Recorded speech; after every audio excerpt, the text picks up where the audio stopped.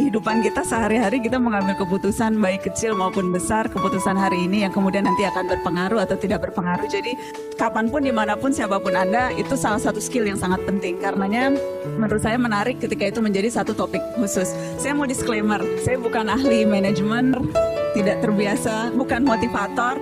Jadi saya akan menjawab berdasarkan pengalaman saya sebagai wartawan. Saya jadi wartawan 17 tahun, baru 17 tahun kalau dibandingkan dengan wartawan-wartawan yang lain. Dan memang profesi ini memungkinkan saya kerap kali berada dalam situasi yang tidak biasa dan bertemu orang yang juga mungkin tidak mudah ditemui orang yang punya profesi lain. Bukan hanya misalnya pejabat atau siapapun, tetapi orang dalam kondisi-kondisi yang berbeda begitu. Penjahat yang paling jahat sekalipun, orang yang baik tapi pura-pura jahat atau sebaliknya. Jadi ada profesi ini memungkinkan saya bertemu dengan begitu banyak orang. Dan satu hal yang benang merah yang kerap kali berhasil, yang berusaha untuk saya dapatkan ketika bertemu orang-orang itu adalah apa sih yang membuat orang berhasil? Kenapa seorang pemimpin begitu dicintai? Kenapa orang begitu punya ketabahan dan luar biasa kekerasan hati begitu untuk melakukan apapun yang tidak dilakukan? Dan kenapa ada orang-orang yang begitu cepat dilupakan bahkan ketika ia masih berada dan melakukan pekerjaannya?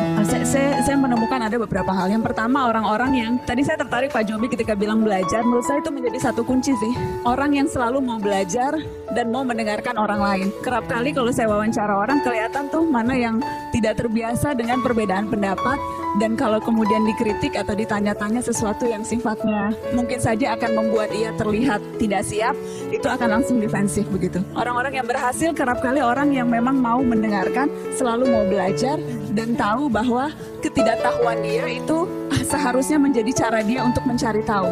Itu yang pertama. Kemudian juga yang selalu berusaha mencari common thread, selalu berusaha untuk mencari persamaan di tengah perbedaan. Saya merasa situasi kita teman-teman saat ini dunia makin sensitif, makin perbedaan sedikit saja bisa membuat orang marahnya panjang gitu.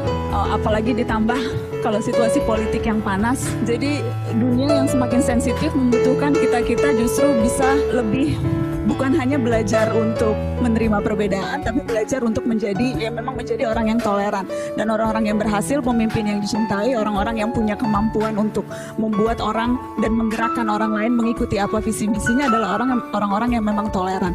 Itu misalnya yang saya temui dalam pekerjaan saya selama 17 tahun ini.